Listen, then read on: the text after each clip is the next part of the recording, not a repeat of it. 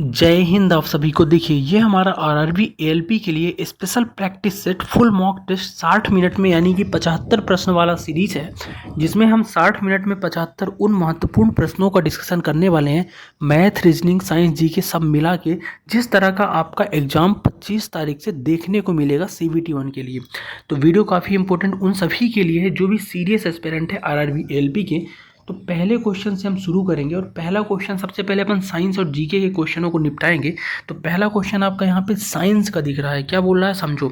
इस तरह के क्वेश्चन बहुत आपको देखने को मिलेंगे कि एक वस्तु विरामावस्था से शुरू होकर 4 मीटर पर सेकंड के स्थिर त्वरण के साथ चलती है, तो 8 सेकंड बाद इसकी गति बताओ। देखो, विरामावस्था से चलती है और त्वरण कितना है आपका, जो चीज़ें दी है वो लिख लो। त्वरण आपका दिया है 4 मीटर पर सेकेंड स्क्वायर, साथ में टाइम दिया है 8 सेकेंड। ठीक है, 8 सेकेंड। अब पूछा क्या है आपसे, गति पूछा है यानी वेग पूछा है। अब वेग निकालने के लिए आपको अगर ए दिया है यानी त्वरण दिया है और टी दिया है तो आप कैसे निकाल सकते हो। तो आपको पता है गति का प्रथम समीकरण क्या होता है, v बराबर u प्लस ए टी। सबने पढ़ा होगा v बराबर u प्लस ए टी। अब v ही तो निकालना है यहाँ पे, गति वैल्यूज पुट कर देते हैं। अब देखो u क्या लोगे आप, u आप जीरो लोगे क्योंकि प्रारंभ में वेग आपका तो जीरो ही रहेगा जब स्टार्ट नहीं किए रहोगे, तो u हमेशा जीरो लोगे प्रारंभिक वेग।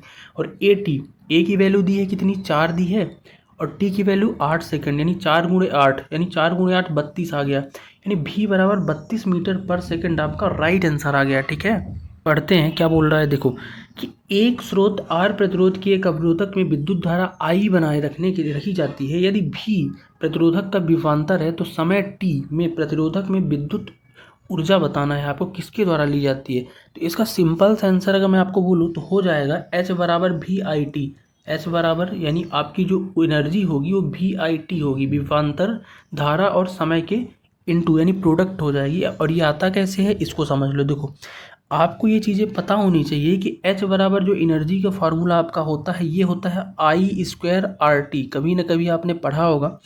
अब आपको पता है कि ओम के नियम से आपको एक चीज़ और पता है कि V बराबर क्या होता है, ओम का नियम कहता है V बराबर IR। ठीक है, यहाँ पे से अगर मैं V बराबर IR है और R की वैल्यू इस क्वेश्चन में रख दूँ तो कैसे रखूँगा, सबसे पहले R बराबर इसमें पक्षांतर करूँगा इससे, तो R बराबर हो जाएगा आपका V अपान I। अब ये R बराबर V अपान I कहाँ रख दूँ मैं, ये अपने समीकरण में रख दूँ, तो I² तो रहा आएगा और R की जगह क्या रख दूँ, V अपान I रख दूँ और T आप रखे रहो। तो एक I से I² है तो एक I कट गया, केवल एक I ही बचा, तो ये क्या हो गया IVT, या फिर इसी को आप VIT भी बोल सकते हो। यही आपका राइट आंसर होगा। ठीक है, आपके सामने है क्या बोल रहा है, आओ पढ़ते हैं कि सबसे उपयुक्त विकल्प से रिक्त स्थान भरें। अब क्या कह रहा है कि एक तत्व स्थिरता तब प्राप्त करता है जब वह स्थित प्राप्त करता है। तो आपको एकदम उपयुक्त विकल्प लगाना है, कौन सा विकल्प आपका राइट आंसर हो जाएगा इसका। तो देखो, जब कभी भी कोई तत्व है, एलिमेंट है, वो स्थिरता तभी प्राप्त करता है, स्थिर अवस्था में आता है जब वह अपनी स्थिति जो है ना या तो डुप्लेट प्राप्त करे या ऑक्टेट प्राप्त करे, 2 या 8 के श्रेणी में करे। ठीक है, तभी आपका स्थिर होता है, या तो 2 हो या फिर 8 हो। ठीक है, नेक्स्ट है निम्नलिखित में से कौन जानवरों में पाया जाने वाला हार्मोन नहीं है। तो इनमें से कौन सा है जो जानवरों में नहीं पाया जाता है यानी पौधों वगैरह में पाया जाएगा। तो इनमें से ऑक्सिन जो है ना, ऑक्सिन आपका पौधों में पाया जाता है, बाकी जानवरों में पाया जाता है। ठीक है, नेक्स्ट क्वेश्चन की तरफ बढ़ेंगे कि 2016 की ब्लैक कॉमेडी क्राइम थ्रिलर एक उड़ता पंजाब फिल्म थी, आपने देखी होगी, पंजाब पे बेस्ड है, ड्रग्स वगैरह पे, और इसमें करीना कपूर और शाहिद कपूर शायद थे। तो उड़ता पंजाब जो है किस पर आधारित थी, तो सबको पता है पंजाब में जो नशाखोरी है ना उससे रिलेटेड आपकी फिल्म थी। और ऐसे क्वेश्चन आपको देखने को जरूर मिलेंगे, तो ऐसे क्वेश्चनों को आपको पढ़ के जाना है। नेक्स्ट है 2017 में प्रकाशित अमर भारत पुस्तक किसने लिखी। तो अमर भारत पुस्तक जो है ना इसके लेखक कौन हो जाएंगे, तो अमीश त्रिपाठी इसका राइट आंसर हो जाएगा। ठीक है, अमीश त्रिपाठी। नेक्स्ट है ऑस्ट्रेलिया किस शहर में 2018 में राष्ट्रमंडल खेलों की मेजबानी की थी। तो पुराने क्वेश्चन भी आपको देखने को मिलेंगे, याद रखना। तो 2018 का जो आपका राष्ट्रमंडल खेल हुआ था ना, तो ऑस्ट्रेलिया के गोल्ड कोस्ट में हुआ था। अब यहाँ से आपके इस बार के यानी बरगिम्बा वाले राष्ट्रमंडल खेल के बारे में जान सकता है, या फिर 26 वाले के बारे में जान सकता है। तो ये सब चीज़ें आपको याद रखनी है। नेक्स्ट है निम्नलिखित में से, एक सेकंड, निम्नलिखित में से कौन सा क्षार का गुण नहीं, आपसे ये पूछा है। तो इनमें से देखो उनका स्वाद कड़वा होता है, बिल्कुल सही बात है, क्षार स्वाद में कसैले या कड़वे होते हैं। दूसरा है नीले लिटमस को लाल करता है, ये बिल्कुल गलत बात है, अम्ल करता है। तो अम्ल नीले को लाल करता है, जबकि क्षार का गुण पूछा है तो ये क्षार का गुण नहीं होगा, अम्ल का गुण होगा, और यही आपका गलत हो जाएगा। बाकी आगे पढ़ने की ज़रूरत है ही नहीं। नेक्स्ट है भारतीय लोकसभा के वर्तमान उपाध्यक्ष फरवरी 2018 तक कौन है? तो लोकसभा में जो है 18 में उपाध्यक्ष कौन थे? अब यहाँ से अभी का करंट का भी पूछ सकता है कौन से उपाध्यक्ष थे। उस समय तो एम थम्बी दुरई थे। अब कमेंट करके बताओ कि अभी कौन है, ठीक है। नेक्स्ट है जब कार्बन ऑक्सीजन में जलकर कार्बन डाइऑक्साइड देता है तो किस प्रकार की अभिक्रिया होती है? यानी कार्बन को ऑक्सीजन में आप जलाओगे तो CO2 देगा, ठीक है, इस तरह से। तो कौन सी आपकी अभिक्रिया ये कहलाएगी, आपसे ये पूछा है। तो ये जो अभिक्रिया कहलाएगी वो आपको उसका जवाब देना है, ठीक है। तो ऑक्सीजन के साथ जलना हमेशा दहन कहलाता है। क्या कहलाता है? दहन। ऑक्सीजन से अगर कोई जलेगा तो दहन ही हो रहा है, ठीक है, कंबशन। नेक्स्ट है मागदलोना नदी दक्षिण अमेरिका की सबसे बड़ी नदी घाटियों में से एक है। यह किस देश से होकर जाती है? अब मागदलोना नदी है कहाँ दक्षिण अमेरिका में, आपसे ये जानना चाह रहा है। तो आपको इसका राइट आंसर देना है, ठीक है। कोलंबिया, तो कोलंबिया इसका राइट आंसर हो जाएगा। यानी मागदलोना जो नदी है ना, कोलंबिया से होकर बहती है, ठीक है। अगला क्वेश्चन है कि वनस्पति तेल के हाइड्रोजनीकरण के उत्प्रेरक के रूप में, ठीक है, निम्नलिखित में से किसका यूज होता है? तो वनस्पतिकरण यानी पहले डालडा वगैरह जो यूज करते थे ना खाने के लिए, वही वनस्पति तेल है। तो उसके हाइड्रोजनीकरण के लिए निकिल का यूज करते थे, तो निकिल इसका राइट आंसर हो जाएगा। याद रखना है, इंपॉर्टेंट क्वेश्चन है। नेक्स्ट है किसने पहली बार पाया कि 8वें तत्व पहले तत्व के समान है? तो न्यूलैंड का अष्टक नियम क्या कहता है कि हर 8वें तत्व जो है ना पहले तत्व के समान है। तो न्यूलैंड इसका राइट आंसर हो जाएगा, ठीक है। नेक्स्ट है निम्नलिखित में से कौन सा पशुओं का सबसे बड़ा समूह है? पशुओं का सबसे बड़ा समूह, आपको इसका आंसर देना है, ठीक है। तो आर्थ्रोपोडा इसका राइट आंसर हो जाएगा। आर्थ्रोपोडा जो है ना पशुओं का सबसे बड़ा, जानवरों का सबसे बड़ा समूह इसी के अंदर आता है। नेक्स्ट क्वेश्चन आपका है कि मैग्नीशियम रिबन जलने पर श्वेत राख बनता है जो पानी में घुलकर बनाता है। तो मैग्नीशियम की रिबन अगर आपकी किसके साथ सफ़ेद राख बनाएगी और पानी में अगर उसको घोल दोगे ना तो ये मैग्नीशियम हाइड्रोक्साइड बनाएगा, पानी के साथ हाइड्रोक्साइड, ठीक है। नेक्स्ट है एक वस्तु 5 किलो की एक वस्तु है मान लो, और 4 मीटर ऊपर उठाया जाता है, तो वस्तु पर गुरुत्वाकर्षण बल द्वारा किया गया कार्य बताना है। तो जब कभी भी आपके पास इस तरह का क्वेश्चन आए ना तो कैसे करोगे, आओ समझते हैं। देखो दिया क्या क्या है, m की वैल्यू दी है, यानी मास दिया है आपका, किसी वस्तु को कितना दिया है, मास 5 kg दिया है। साथ में आपको ऊंचाई यानी s की वैल्यू कितनी दी है, 4 मीटर दी है। और g की वैल्यू यानी गुरुत्वाकर्षण g का मान कितना लेना है, 10 लेना है, 10 मीटर। कार्य बताना है। तो ऐसी कंडीशन में कार्य जो है ना हमेशा हो जाता है W बराबर mgh, ठीक है। सब वैल्यू पुट कर दो। m कितना है, 5 है, g कितना है, 10 है, s कितना है, 4 है, 5 दाम 50 चौको 200, यानी 200 आएगा। लेकिन अब प्लस का आएगा माइनस का आएगा, देखो ये कन्फ्यूजिंग है। यहाँ पे माइनस का आएगा, क्यों आएगा? क्योंकि देखो गुरुत्वाकर्षण बल से किसी चीज़ को अगर ज़मीन से ऊपर उठा रहे हो, यानी कि धरती से जितना दूर जाएगा तो माइनस होता जाएगा गुरुत्वाकर्षण, धरती के पास आएगा तो प्लस होता जाएगा।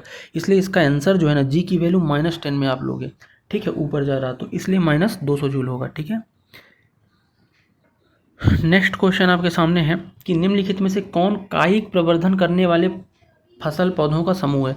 कायिक प्रवर्धन करने वाले जो फसल पौधे होते हैं ना वो गन्ना, आलू और केला है। ये तीनों क्या करते हैं, कायिक प्रवर्धन करते हैं, ठीक है। और वनस्पति का ऐसा प्रकार जो केला वगैरह प्रजनन करना, जो प्रजनन करते हैं वो कायिक प्रवर्धन कहते हैं। और एक प्रकार के कैसे होते हैं, अलैंगिक प्रजनन है, ठीक है, याद रखना है आपको।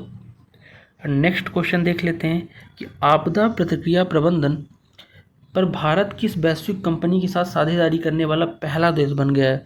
तो आपदा प्रबंधन के साथ जो साझेदारी किया है भारत ने, तो फेसबुक के साथ किया है। तो फेसबुक इसका राइट आंसर होगा, ठीक है। नेक्स्ट क्वेश्चन आपका साइंस का है कि एक प्रतिध्वनि 3 सेकंड में वापस आ जाती है, तो ध्वनि की चाल को 342 मीटर पर सेकंड मानते हुए स्रोत से परावर्तक सतह की दूरी आपको बताना है। मान लो कोई प्रतिध्वनि है, यानी कि ध्वनि जो गूंज कर वापस आती है तो 3 सेकंड में आ रही, और आपको ध्वनि की चाल दिया है, तो परावर्तक सतह से यानी जहाँ से लौट के आ रही ध्वनि उसकी दूरी बताना है। कैसे करोगे, आओ देखते हैं। बहुत ही सिंपल क्वेश्चन है, आपको ये चीज़ें पता है कि देखो दूरी पूछा है, दूरी यानी d बराबर क्या होता है, जो चाल बराबर दूरी बटे समय होता है, दूरी बराबर क्या हो जाएगा, ये हो जाएगा समय गुणे चाल, ठीक है। यानी कि ये हो जाएगा स्पीड इंटू जो आपका टाइम दिया है, ठीक है। हमेशा दूरी का फॉर्मूला यही तो होता है। अब डिस्टेंस निकाल दो, स्पीड कितनी है 342 है, ठीक है, और टाइम कितना है 3 सेकंड दिया है। तो दूरी कितनी आ गई आपकी, दूरी आपकी आ गई 1026 जब पूरा करोगे। लेकिन ये तो प्रतिध्वनि की दूरी है, यानी जाएगा और आएगा तो 2 बार की दूरी है, यानी कि इससे आप क्या करोगे, डिवाइड करोगे 2, तब आपको दूरी मिलेगी, क्योंकि ये 2 बार का डिस्टेंस कवर कर लिया, यानी 523 आएगा। और 523 आपका, सॉरी 513 होगा ना, 1026 का था, तो 513 मीटर क्या होगा, परावर्तक सतह से इसकी दूरी हो जाएगी, ठीक है। नेक्स्ट क्वेश्चन है कि केल्विन में एक कमरे का तापमान कितना होता है, केल्विन में बताना है भाई साहब। तो केल्विन में किसी भी कमरे का जो तापमान होता है ना, 300 केल्विन होता है, याद रखना, बहुत इंपॉर्टेंट क्वेश्चन है। 300 केल्विन इसका राइट आंसर हो जाएगा। इसमें कुछ नहीं करना है, 273 में जो केल्विन है उसको डिग्री सेल्सियस का जोड़ दोगे, ठीक है। ठीक, नेक्स्ट बढ़ते हैं। यदि V/I एक स्थिरांक है तो इसे क्या कहा जाता है, सबको पता है कि V बराबर IR होता है ओम के नियम से, और V/I करोगे तो R आएगा, क्या आएगा R, यानी कि रेजिस्टेंस की बात करेगा। और रेजिस्टेंस की बात करेगा तो आप सीधे सीधे बता सकते हो कि ये क्या है, एक प्रतिरोध है, ठीक है, R। नेक्स्ट क्वेश्चन देखते हैं, आपके सामने है कि बल के अनुप्रयोग पर किसी वस्तु द्वारा किया गया कार्य शून्य होगा यदि वस्तु का विस्थापन डॉट डॉट हो। याद रखना, कभी भी कार्य होता क्या है, W बराबर होता है फोर्स इंटू डिस्प्लेसमेंट, विस्थापन। अगर मान लो आपका कार्य हमेशा शून्य होगा, चाहे आप कितना भी बल लगा लो, अगर डिस्प्लेसमेंट 0 है यानी विस्थापन ही नहीं हुआ, तो कार्य क्या हो जाएगा, हमेशा शून्य होगा, ठीक है। ठीक, तो इसका राइट आंसर क्या हो जाएगा, शून्य। अगर विस्थापन शून्य है तो कार्य भी आपका शून्य होगा, ठीक है। नेक्स्ट क्वेश्चन है कि आदिम वातावरण विघटित हो रहा है क्योंकि डॉट डॉट। आदिम जो वातावरण है, आदिम क्यों विघटित हो रहा है, यानी जंगलों का वातावरण क्यों विघटित हो रहा है, तो हाइड्रोजन परमाणु सक्रिय थे और संख्या में ज़्यादा थे, इसलिए आदिम वातावरण जो है, पहले का वातावरण विघटित हो गया है, ठीक है। नेक्स्ट है कि डॉट डॉट में समुद्र के माध्यम से भारत में आने वाले वास्को डी गामा पहला यूरोपीय बना। मतलब वास्को डी गामा आया कब था, आपसे ये पूछना है। तो पहला विदेशी वास्को डी गामा ही 1498 में आया था, केरल के कलीकट तरफ से आया था, याद है, पुलिकट बंदरगाह जो है उधर से, ठीक है। नेक्स्ट, क्रमिक या एकाधिक डॉट डॉट के कारण प्रतिध्वनियों को एक बार से अधिक सुना जा सकता है। तो जो प्रतिध्वनि होती हैं इनको बार बार परावर्तन के कारण, अगर ध्वनि का परावर्तन होगा तो बार बार आप सुन पाओगे, ठीक है। नेक्स्ट क्वेश्चन है कि एक ऐसे ग्रह पर विचार करें जिसका द्रव्यमान और त्रिज्या पृथ्वी के द्रव्यमान और त्रिज्या से दोगुने हैं और ग्रह की सतह पर गुरुत्वाकर्षण के कारण त्वरण पृथ्वी का n गुना है, ठीक है। तो n का मान आपको बताना है। बहुत ही सिंपल क्वेश्चन है, ध्यान से समझना है। आपको पता होना चाहिए गुरुत्वीय त्वरण होता क्या है। तो g बराबर, स्मॉल g बराबर होता है gm, ठीक है, gm/r², ठीक है। ये तो अपनी g का हो जाएगा मान। अब कह रहा है कि ऐसे ग्रह का विचार करें जिसका द्रव्यमान और त्रिज्या पृथ्वी के द्रव्यमान और त्रिज्या का दोगुना हो जाए। जैसे ही दोगुना होगा तो अब g1 मान लेता हूँ इसको, तो ये कितना हो जाएगा, इसका द्रव्यमान और त्रिज्या पृथ्वी से दोगुना हो जाएगा। मान लो ये m है तो ये कितना हो जाएगा, 2m हो जाएगा। और त्रिज्या जो आपकी कितनी थी, लेट सपोज r थी, तो अब यह क्या हो जाएगी, 2r कर दोगे r को तो ये 4r² हो जाएगी, सीधी सी बात है, ठीक। और g तो आपका कॉमन ही रहेगा, तो 2 1 कम 2, 2 दूनी 4, यानी 1/2। अब बाकी चीज़ें अगर आप कंपैरिजन करोगे तो यहाँ भी m, यहाँ भी m, यहाँ भी r², यहाँ भी r², लेकिन यहाँ पे 1/2 बच गया और 1/2 ज़्यादा आ गया है अपना इस ग्रह में, तो 1/2 आपका राइट आंसर हो जाएगा, पृथ्वी से 1/2 गुना हो जाएगी, ठीक है। अब रीजनिंग का क्वेश्चन यहाँ से शुरू करते हैं। देखो पहला क्वेश्चन है कि 1 सितंबर 2020 को कौन सा दिन होगा। कैलेंडर वाला क्वेश्चन है, बड़े ध्यान से समझना। इसे मैं ऑड डे के हिसाब से बनाऊंगा। देखो अपने पास है क्या, 1 सितंबर है और 2020 है।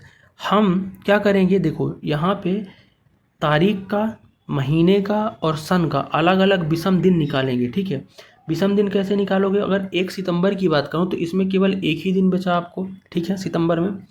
अगर मैं जनवरी से लेकर सितंबर तक जाऊं, ठीक है, सितंबर तक नहीं अगस्त तक जाऊं, क्योंकि सितंबर का तो मैंने डेट ले लिया है, तो अगस्त तक जाऊंगा तो ऑड डे देखूंगा। ऑड डे समझते हो, देखो किसी भी महीने में जितने दिन होते हैं उसको 7 से अगर डिवाइड करोगे, जितना शेष बच गया वही ऑड डे विषम दिन होता है। जोड़ो, आपको पता है जनवरी में कितने दिन होते हैं, 31 दिन होते हैं, और 7 से भाग दोगे, 7 चौका 28, 3 बच गया, यानी विषम दिन कितना आ गया जनवरी का। तो जनवरी, जे फॉर जनवरी 3 विषम दिन।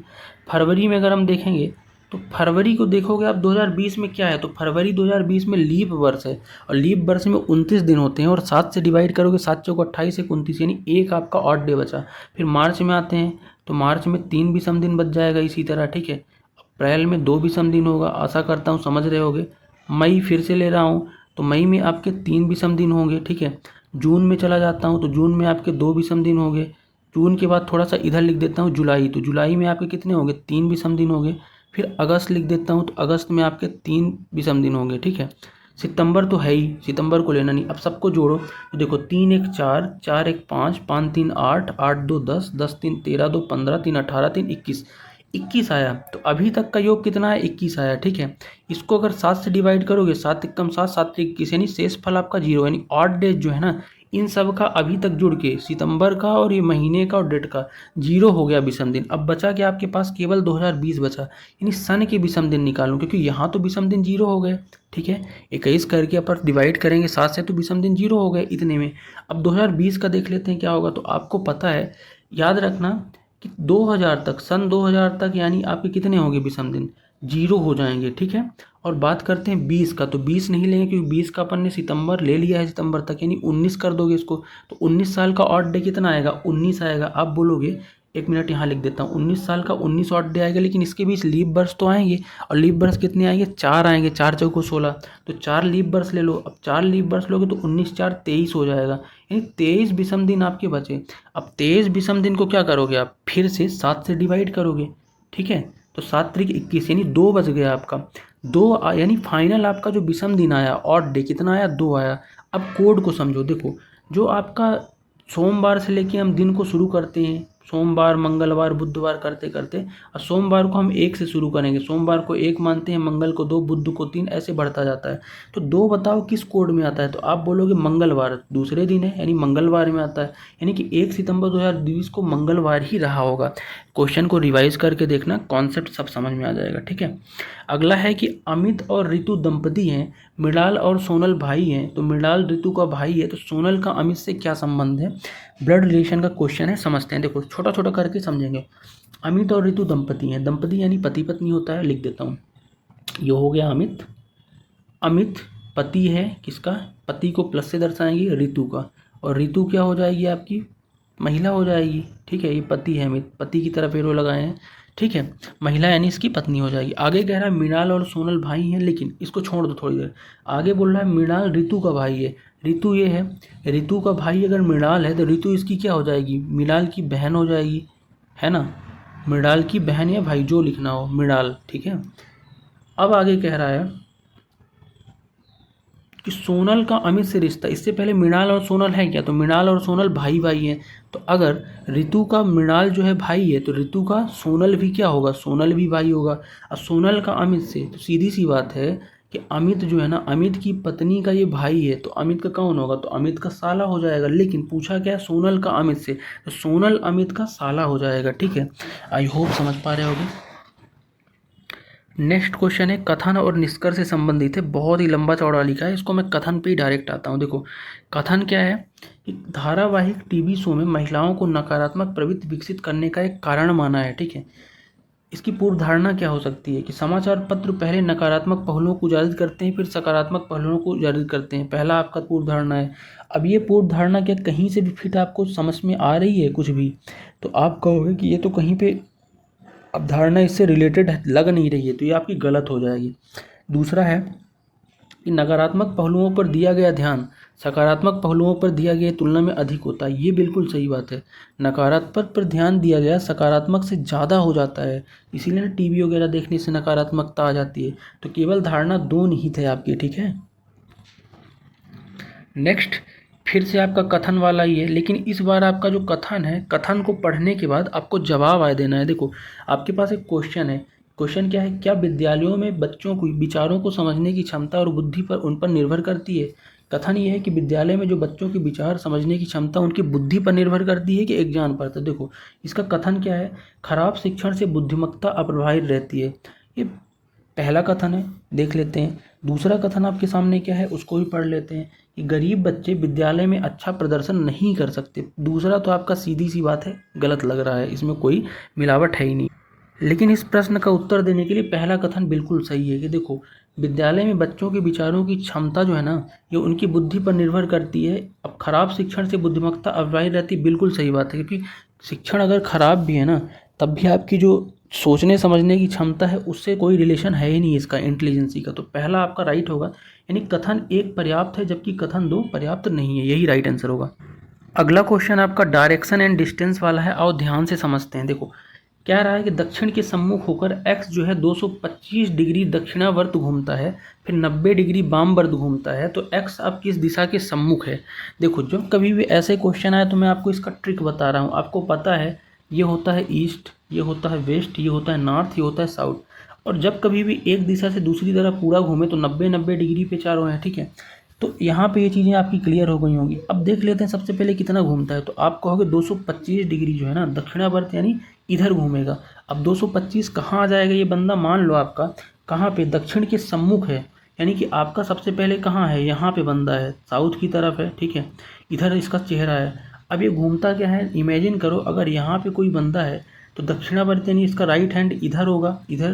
तो इधर साइड 225 घूमता है, यानी 90 यहाँ घूमेगा, फिर 90 90 90 180 हो जाएगा, फिर 180 और 8 त्रिक 24, ठीक है, 240 होगा। लेकिन 225 ही घूमता है, तो 180 में अगर अपन 45 जोड़ेंगे तो कुछ यहाँ पे आ जाएगा। अब ये नॉर्थ ईस्ट में इसका चेहरा आ जाएगा बंदे का।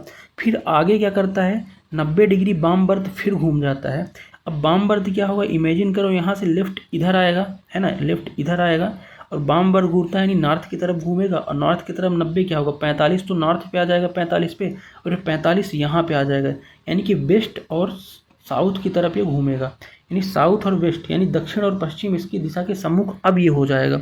सॉरी, दक्षिण और पश्चिम नहीं, ये उत्तर और पश्चिम, क्योंकि पश्चिम तो है लेकिन उत्तर में है, नॉर्थ पोल में है ना, तो उत्तर पश्चिम हो जाएगा। तो ये इसका तरीका है। इससे भी सिंपल तरीका अपन डिस्कस कर सकते हैं। देखो सबसे पहले आप देखो कि जो भी दिशाएं दी हैं, दक्षिणावर्त 225 है, वामवर्त 90 है, तो इन दोनों को घटा लो। घटाओगे तो कितना आएगा, इनको अगर घटाओगे तो आपका आएगा 25 चला जाएगा और 75, यानी कि आप बोल सकते हो कि यहाँ से अगर देखोगे तो 125 10 35, ठीक है, हाँ 135 डिग्री होगा। और 135 डिग्री जो बड़ी वैल्यू बचेगी दक्षिणावर्त, उसको घुमा दो यहाँ से, तब भी आपका आंसर आ जाएगा, ठीक है। नेक्स्ट क्वेश्चन आपका बहुत ही सिंपल है, समझो। क्या कह रहा है कि निम्न कथनों को पढ़िए, निर्णय कीजिए कथन में कौन सा कथन पर्याप्त है उत्तर देने के लिए। देखो प्रश्न क्या है, 51 छात्रों की कक्षा में कितनी लड़कियों ने गणित में 80% से अधिक अंक प्राप्त किए। इसके लिए आपके पास दो यहाँ पे कथन है। पहला है कुल 4 लड़कों ने गणित में 80% से अंक प्राप्त किए, और दूसरा है कक्षा की 1/3 ने गणित में 80% अंक प्राप्त किए। तो अगर आपको इसका प्रश्न का जवाब देना है ना, इस बात की लड़कियों ने गणित में मतलब कितनी लड़कियों ने 80% अंक प्राप्त किए, तो इसके लिए आपको दोनों कथन एक साथ अगर यूज करोगे तभी पर्याप्त जवाब दे पाओगे। करके जरूर देख लेना, ठीक है। तो इसका आंसर क्या हो जाएगा, प्रश्न का उत्तर देने के लिए दोनों कथन 1 और 2 एक साथ पर्याप्त हैं, ठीक है। ऑप्शन नंबर 1 करके जरूर देखना कितना आंसर आ रहा है। नेक्स्ट है, अब नेक्स्ट क्वेश्चन आपका क्या है, देखो लुप्त संख्या बतानी है। अब ये क्या है आपका, आई है, एल है, ओ है, आर है, फिर अगली वाली आपको सीरीज बतानी है इस तरह से। तो जरा बता दो, ये तो बड़ा सिंपल क्वेश्चन है। देखो क्या करोगे इसमें, सबसे पहले अगर देखोगे तो आई से अगर एल में जा रहे हो तो कितना पढ़ोगे, आप देखो यहाँ लिख देता हूँ आई एल ओ आर और अलग अलग। तो आई से एल जे के एल +3, एल से अगर ओ में जाओगे M N O +3, O P Q R +3, R से एस टी यू यानी +3 अगला बढ़ाओगे तो यू आ जाएगा। यू इसका राइट आंसर हो जाएगा। ये तो बड़ा सिंपल सा क्वेश्चन है। नेक्स्ट क्वेश्चन आपके सामने है कि निम्नलिखित संख्याओं में से कौन सी संख्या सम्मिश्रित है। सम्मिश्रित मतलब कॉम्प्लेक्स है, कॉम्प्लेक्स आप इसको बना सकते हो। तो देखो यहाँ पे अगर आप ध्यान से देखोगे ना, तो देखो अगर आप ध्यान से देखोगे सभी विकल्पों को देखो, तो ये क्या होता है 67 × 1, इसका केवल यही फैक्टर कर सकते हो, अभाज्य है। 37 × 1, इसके कोई भी गुणनखंड नहीं है। 57 का देखोगे 19 × 3, यानी इसका एक 3 भी गुणनखंड मिल रहा, 19 भी मिल रहा, तो 57 ही राइट आंसर हो जाएगा। यानी कि जो भाज्य है ये आपसे पूछा था, ठीक है। नेक्स्ट देखेंगे, नेक्स्ट क्वेश्चन आपका क्या है कि ये इस तरह से आपका कुछ लिखा हुआ है और बोल रहा है कि ऊपर दी गई आकृति का दर्पण प्रतिबिंब बताओ। अब दर्पण प्रतिबिंब के लिए सिंपल सा क्वेश्चन है, दर्पण प्रतिबिंब होता कैसे, आओ समझते हैं। देखो जो दर्पण प्रतिबिंब बनता है, जैसे यहाँ पे ये आकृति लिखी है, हमेशा जो दर्पण प्रतिबिंब है ना, इधर दर्पण होता है। अगर इधर दर्पण होगा तो दर्पण प्रतिबिंब लेफ्ट का राइट और राइट का लेफ्ट हो जाता है पूरी संख्याएं। तो देखो जरा, लेफ्ट का राइट यानी उल्टा कर दो। अब भी यहाँ स्टार्टिंग में है, लेकिन अब आई आएगा, आई तरफ से शुरू करो और उल्टा हो जाएगा। आई के बाद फिर एच आना चाहिए, आई एच, फिर एच के बाद 6 आना चाहिए, फिर 1, लेकिन 6 आपका उल्टा होके आएगा। कैसे? उल्टा होके। तो कुछ इस तरह, ऑप्शन यहाँ पे नहीं है लेकिन ध्यान रखना उल्टा हो जाएगा। 1 आएगा, 1 के बाद क्यू होगा। अब क्यू जो है ऐसे हो जाएगा उल्टा, ए हो जाएगा, फिर आपका ए के बाद 4 जो है उल्टा आएगा, और आर भी आपका उल्टा होगा इस तरह, और फिर बी आपका उल्टा हो जाएगा। इन लेफ्ट का राइट हो जाता है और साथ में क्रम पूरा बदल जाएगा, और यही राइट आंसर होगा। हालांकि यहाँ ऑप्शन में नहीं है लेकिन याद रखना, ठीक है। नेक्स्ट देखेंगे, निम्नलिखित विकल्पों में से सही शब्द संबंधित चूज कीजिए। अब देखो, राष्ट्रीय का संबंध जिस तरह से इतिहास का है, तो व्यक्ति का संबंध किससे होगा? तो राष्ट्र का इतिहास होता है, और व्यक्ति का क्या होता है भाई साहब, बताओ जरा। तो व्यक्ति की जीवनी हमेशा होती है, ऑटोबायोग्राफी, ठीक है। नेक्स्ट क्वेश्चन है कि लुप्त पद आपको बताने हैं। लिखा क्या है? देखो, यू है, फिर ओ है, फिर आई है, फिर यहाँ पे लुप्त है और यहाँ पे ए है। तो लुप्त वाला आपको बताना है, क्वेश्चन मार्क वाला। कैसे बताओगे? इनके भी रिलेशन आप फाइंड करोगे। क्या है? सीधी सी बात है कि ये सब स्वर हैं, आई ओ यू ये सब हैं, ए है लेकिन ई नहीं है। ए ई आई ओ यू यानी ई यहाँ पे आना चाहिए। 5 स्वर होते हैं ना, ठीक है। तो ई इसका राइट आंसर हो जाएगा। नेक्स्ट, निम्नलिखित कथन को पढ़िए और निर्णय कीजिए कि दिए गए तर्कों में कौन सा तर्क मजबूत है। प्रश्न क्या है? देखो, क्या सीबीएसई को 10वीं कक्षा तक प्रतिधारण प्रणाली शुरू करनी चाहिए? ये कथन है या प्रश्न है। तर्क क्या है? हाँ, चूंकि उच्च शिक्षा के लिए निम्न वर्गों में रखी जाने वाली नींव महत्वपूर्ण होती है, पहला तर्क है। दूसरा तर्क देख लेते हैं कि नहीं, एक छात्र के लिए फिर से उसी कक्षा में दोबारा पढ़ना उबाऊ है। देखो, प्रतिधारण क्या है?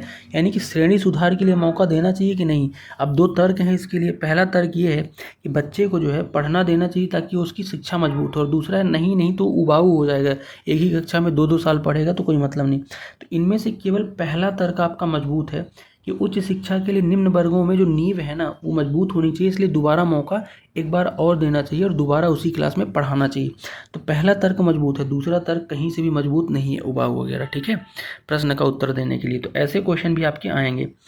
अगला है कथन निष्कर्ष वाला है। कथन पे ही डायरेक्ट अपन आते हैं। देखो, कथन क्या बोल रहा है? कथन कह रहा है कि सभी हेलीकॉप्टर वाहक हैं और कुछ मोटरसाइकिल वाहक हैं, और 2 निष्कर्ष है।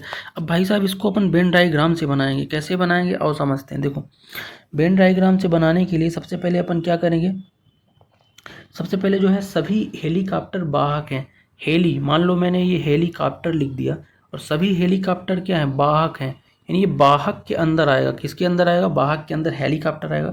और कुछ मोटरसाइकिल वाहक हैं, तो वाहक से कुछ मोटरसाइकिल को टच कराओगे, मोटर लिख देता हूँ, ठीक। तो इस तरह से आपका वेन डायग्राम बनेगा। अब निष्कर्ष देखते हैं। देखो, पहला निष्कर्ष है कि सभी हेलीकॉप्टर मोटरसाइकिल हैं। अब देखो, सभी हेलीकॉप्टर मोटरसाइकिल कभी हो भी नहीं सकती हैं, तो ये बिल्कुल गलत है क्योंकि ये तो बाहर है, ठीक। अगर ये कहता कि सभी हेलीकॉप्टर बाहर है तो बिल्कुल सही था, लेकिन ये गलत हो जाएगा। अगला है कुछ मोटरसाइकिल हेलीकॉप्टर हैं। तो कुछ मोटरसाइकिल हेलीकॉप्टर जो आपके हैं ना, ये पॉसिबिलिटी हो सकती है अगर आपका हेलीकॉप्टर के साथ ये मोटर टच करे तब, लेकिन ऐसा कुछ है नहीं, ये केवल पॉसिबिलिटी हो भी सकता है, नहीं भी। इसका मतलब क्या? दोनों कथन आपके यहाँ पे निष्कर्ष नहीं दे रहे हैं, यानी कि ऑप्शन नंबर आपका 4th राइट आंसर हो जाएगा कि ना तो एक और ना तो 2 अनुसरण करता है, कोई भी अनुसरण नहीं करते हैं, ठीक है। नेक्स्ट भी आपका कथन और निष्कर्ष है। कथन पे ही डायरेक्ट आ जाते हैं, लेकिन ये कथन अलग है, निष्कर्ष अलग है। प्रश्न पूछा है, कह रहा है चीन एक साम्यवादी देश है। चीन कैसा है? एक साम्यवादी देश है। अब इसके लिए 2 निष्कर्ष हैं। देखो, पहला निष्कर्ष है दुनिया के किसी भी देश में साम्यवादी शासन नहीं है। ये भाई साहब बिल्कुल गलत बात है। अगर चीन में साम्यवादी है तो ऑब्वियस सी बात है कि साम्यवादी देश हैं, बहुत सारे हैं, ठीक है। दूसरा है दुनिया के कई अन्य देशों में साम्यवादी शासन है, ये भी गलत बात है। अब मुझे चीन के अलावा तो पता नहीं है ना कई अन्य देशों में है कि नहीं है कथन से, तो हम ये डायरेक्ट अपनी दिमाग लगा के थोड़ी बोलेंगे। इसलिए इसका राइट आंसर क्या होगा? ना तो एक और ना ही 2 अनुसरण, कोई भी अनुसरण नहीं करता इस बात का, ठीक है। नेक्स्ट है सही विकल्प का चयन कीजिए जो निम्नलिखित श्रृंखला को पूरा करे। सीरीज है, अगला लास्ट में क्वेश्चन मार्क है, इसमें सही विकल्प आपको बताना है। कैसे करोगे आओ देखते हैं। सबसे पहले लिखा क्या है? 21 है, फिर 55 है, फिर 19 है, फिर 45 है, फिर 17 है, 35 है, फिर अगला बताना है आपको यहाँ पे, ठीक है। कैसे करोगे? इनके बीच रिलेशन देख लेते हैं। सबसे पहले क्या रिलेशन बन रहा है, और रिलेशन देख के अपन क्वेश्चन को बना लेंगे। ठीक है, एक सेकंड।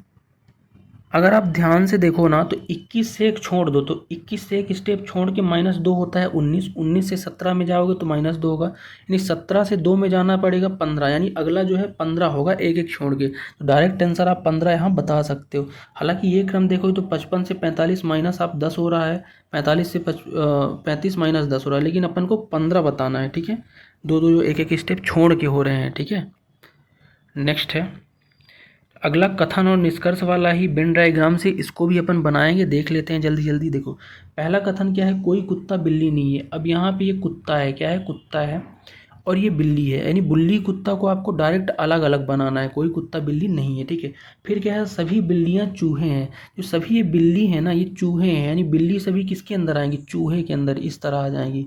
ठीक, आगे बढ़ते हैं, क्या रहा, सभी चूहे सुअर हैं, यानी ये जो चूहा है ना, अभी चूहा भी अंदर सुअर में आ जाएगा, किसमें, सुअर में।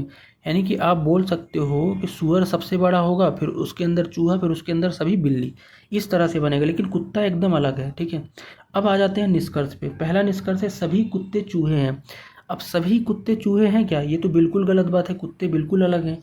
और सभी सुअर चूहे हैं, तो सुअर यहाँ है और चूहे यहाँ है, ये बिल्कुल सही होगा, सभी सुअर चूहे हो जाएंगे। ठीक है, दिख भी रहा है कि सुअर जो है बड़ा है, उसके अंदर चूहे हैं, दूसरा आपका सही हो जाएगा। तीसरा देखते हैं, कुछ सुअर बिल्लियाँ हैं, कुछ सुअर बिल्लियाँ हैं, बिल्कुल सही बात है, सुअर के अंदर ही तो बिल्ली है, तो तीसरा भी आपका सही हो जाएगा, दूसरा तीसरा सही है, पहला गलत है। अब चौथे निष्कर्ष में आते हैं, कोई सुअर कुत्ता नहीं है, कोई सुअर कुत्ता नहीं है, ये पॉसिबिलिटी हो सकती है, करेक्ट अपन नहीं बोल सकते। यानी कि दूसरा और तीसरा कथन आपको अच्छे से निष्कर्ष दे रहे हैं।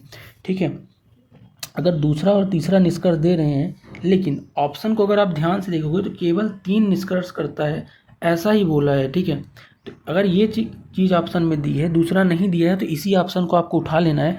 अगर ये दिया रहता है कि दूसरा और तीसरा, तो अपन उसको लगाते। ठीक है,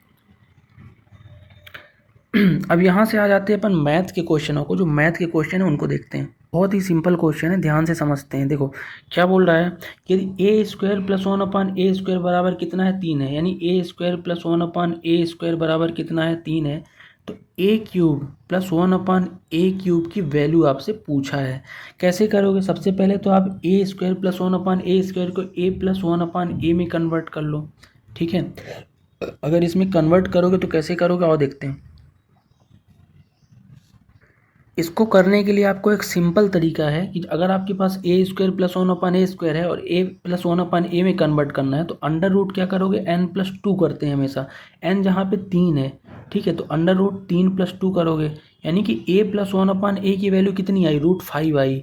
अब a cube plus 1/a cube निकाल दो, अगर a प्लस 1/a √5 मिल गया है, काट के बताता हूँ। देखो अगर आपके पास a प्लस 1/a बराबर √5 मिल गया है, तो a cube plus 1/a cube easily निकाल सकते हो। क्या होता है तरीका निकालने का, k क्यूब माइनस 3k, यही होता है। ठीक है, रख देता हूँ, जहाँ पे k क्या है आपका √5 है। अगर √5 का वर्ग क्या करोगे आप, क्यूब करोगे, तो √5 इंटू √5 इंटू √5 3 बार होगा, यानी 5√5 हो जाएगा, और -3k यानी -3√5 यही होगा, और 5 में 3 चले गए, 2√5 बचा, और 2√5 ही इसका राइट आंसर हो जाएगा, ऑप्शन नंबर 2। ठीक है, 2√5। नेक्स्ट क्वेश्चन की तरफ बढ़ते हैं। अगला क्वेश्चन आपका जो है टाइम एंड वर्क से है, ध्यान से समझते हैं। देखो क्या बोल रहा है, कह रहा है कि ए जो है बी से 2 गुना तेज़ी से कार्य करता है। ठीक है, और ए और सी एक साथ बी से 3 गुना तेज़ी से कार्य करते हैं, और ए बी सी एक साथ कार्य को 30 दिन पूरा करते हैं, तो उनमें से प्रत्येक कार्य को कितने दिन में पूरा करेगा। सबसे पहले सबकी कार्य क्षमता यानी इफ़िशियंसी अगर निकाल लें तो सब कुछ बता पाएंगे। कैसे करेंगे, देखो ए बी सी के बारे में कुछ रिलेशन यहाँ बताया है, समझ लेते हैं। देखो कह रहा है कि ए और सी एक साथ बी से 3 गुना तेज़ी से कार्य करते हैं, और साथ में बोला है ए बी सी एक साथ इस तरह से कार्य करते हैं। ठीक है, तो अगर मैं इनका सबका वो बनाना चाहूँ, इफ़िशियंसी निकालना चाहूँ, तो कुछ ऐसे कर सकता हूँ, ए और सी को पहले रखूँगा, ठीक, और साथ में बी अलग है, यानी कि ए और सी दोनों मिल के अगर किसी कार्य को करेंगे तो उनकी इफ़िशियंसी क्या होगी, 3 होगी, और बी की 1 होगी, तभी ना बी से 3 गुना हो गए ए और सी। यानी कि अगर तीनों को आप जोड़ दो, ए प्लस बी प्लस सी, तीनों को अगर जोड़ोगे ए प्लस बी प्लस सी, तो इनकी इफ़िशियंसी कितनी आएगी, 3 + 1 4 आ जाएगी। यानी कि एक दिन में 4 यूनिट काम करेंगे तीनों मिलके, क्वेश्चन के अनुसार। लेकिन यहाँ पे आपको क्या बताया है कि ए बी सी अगर साथ मिलकर कार्य करते हैं तो 30 दिनों में पूरा करते हैं, तो कार्य 30 दिनों में पूरा करेंगे। अब यहाँ से टोटल वर्क निकालोगे, क्या करोगे, टोटल वर्क। टोटल वर्क होता क्या है, टोटल टाइम कितना है 30 है, और गुणे एक दिन की कार्य करने की क्षमता कितनी, तीनों की 4 है। 30 गुणे 4 कर दोगे 120 आ जाएगा, यानी कि 120 क्या है, इनकी टोटल काम है। ठीक है, अब पूछा गया है कि प्रत्येक जो है कार्य को कितने दिनों में करेगा। सिंपल सी बात है, अगर 120 यूनिट कार्य है आपका, तो ए प्लस सी का, अगर सबसे पहले अपन बी पे ही फोकस कर लेते हैं, बी के बारे में बताया है, तो बी तो 120 दिन में करेगा। और किस ऑप्शन में आपका बी मिल रहा है 120, क्योंकि देखो 120 यूनिट अगर कार्य है तो कार्य 120 है, और बी जो है एक दिन में 1 यूनिट करता है, तो 120/1 करोगे तो 120 दिन ही आएगा। अब कौन से ऑप्शन में बी है, वहीं से आपकी पूरी कहानी हो जाएगी। देखो पहला ऑप्शन है जिसमें से बी को 120 लिखा है, और यही राइट आंसर हो जाएगा, बाकी किसी में तो है नहीं, तो पहला ही 60 120 120 राइट आंसर हो जाएगा। Got it.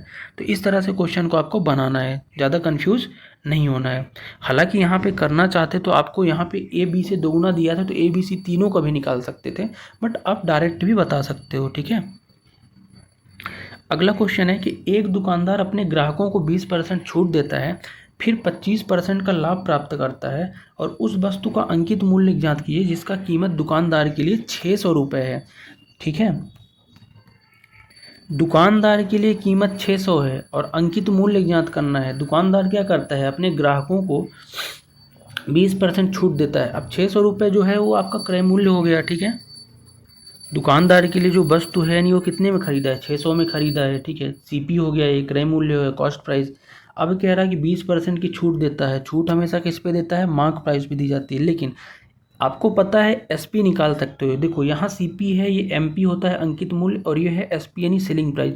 सेलिंग प्राइस कैसे निकालोगे, अगर क्रय मूल्य में 25% का लाभ दे रहा है, यानी कि 600 का 25% निकाल के और जोड़ दोगे तो आपका एसपी आ जाएगा।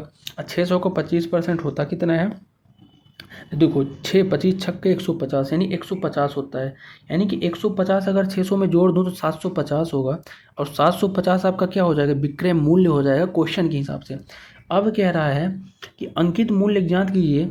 अब अंकित मूल्य कैसे ज्ञात करोगे, याद रखना जो सेलिंग प्राइस होती है ना वो छूट देने के बाद की प्राइस है। यानी कि आप कह सकते हो कि जो 750 है ना, अगर 20% की छूट दे रहे हैं तो ये 80% की ही वैल्यू है। किसकी वैल्यू है, 80% की ही वैल्यू है, क्योंकि सेलिंग प्राइस जो है ना अंकित मूल्य में छूट देने के बाद आता है। तो 20% निकाल दिए तो 80% बचा। अगर गुणे 100 कर दो 100%, तो यही तो एमपी हो जाएगा। कर देते हैं, 0 से 0 कटा,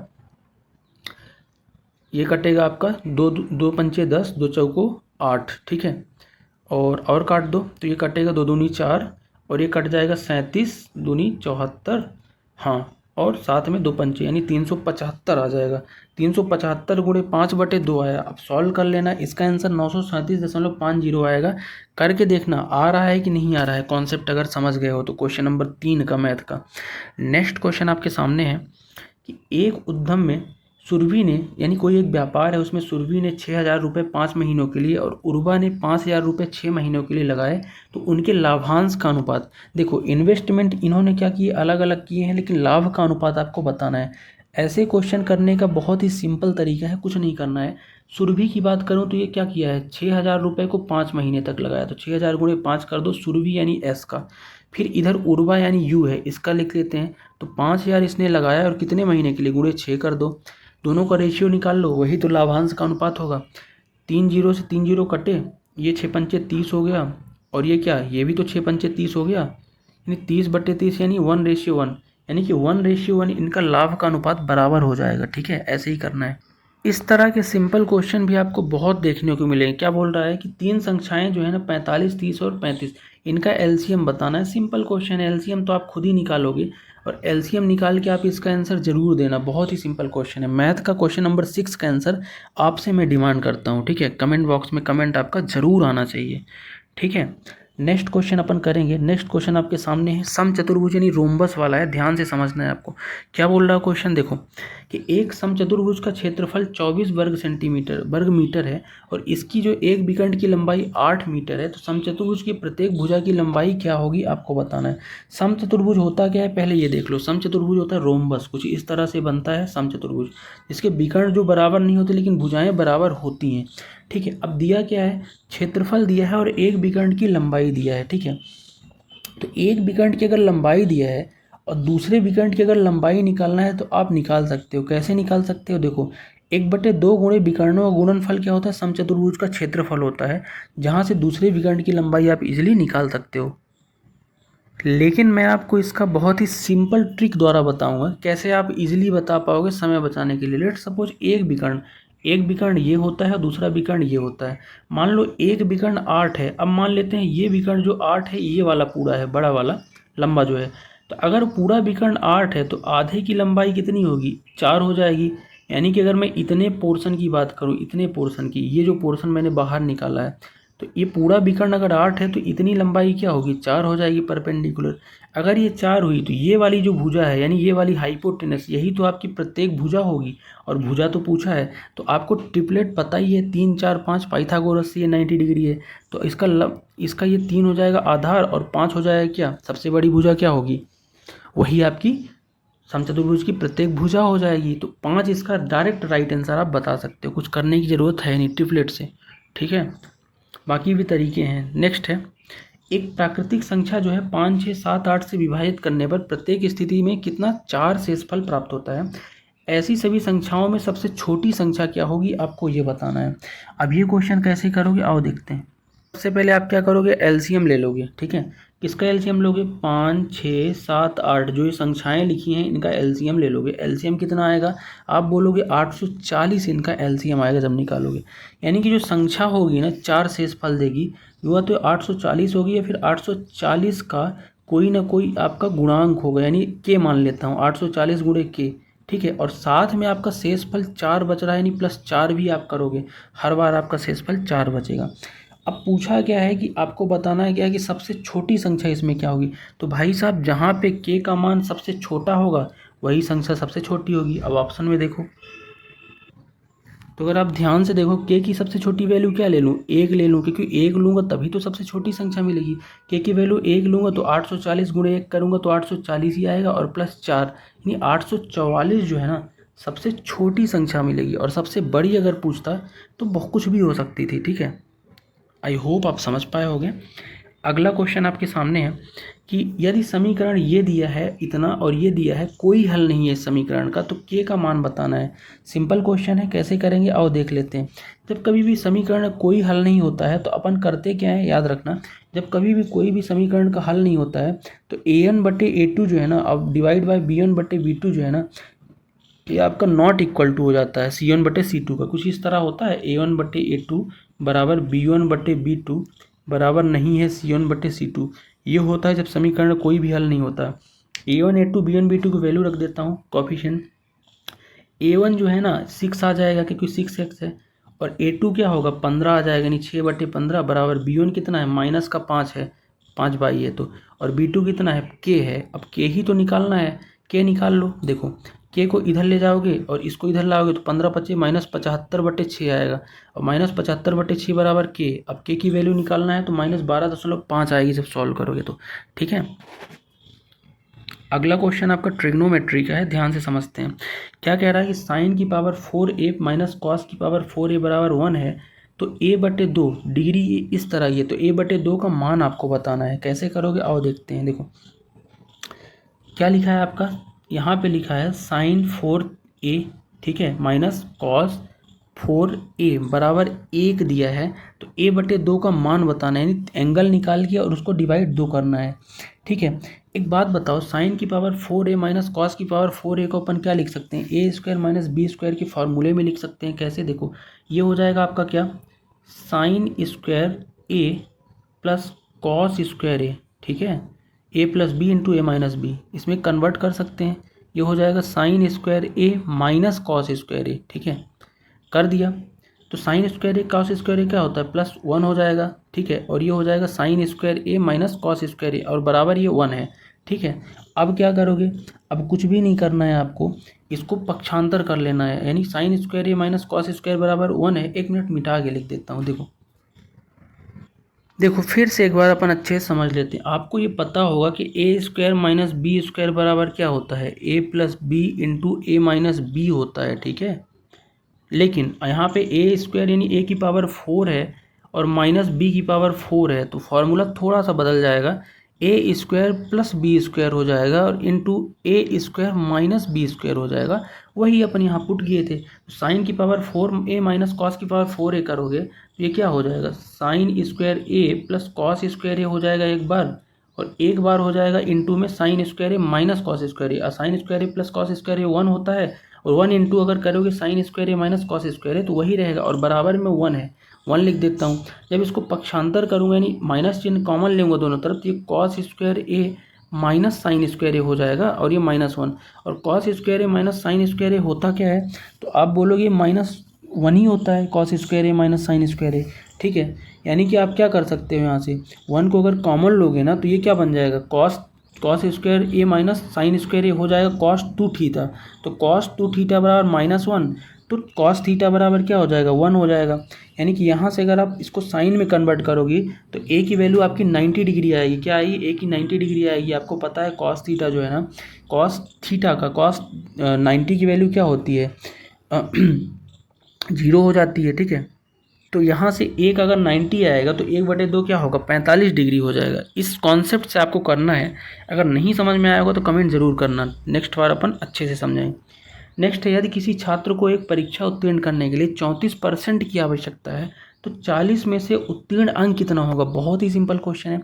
देखो 40 का आपको 34% निकाल के बता देना है डायरेक्ट। 40 × 34/100 कर दो, 1 0 0 घटे 2 दूनी 4 2 पंचे 10, 34 दूनी 68, 68/5, 68/5 को जब आप सॉल्व करोगे 13 5 65 यानी 13.6 हो जाएगा।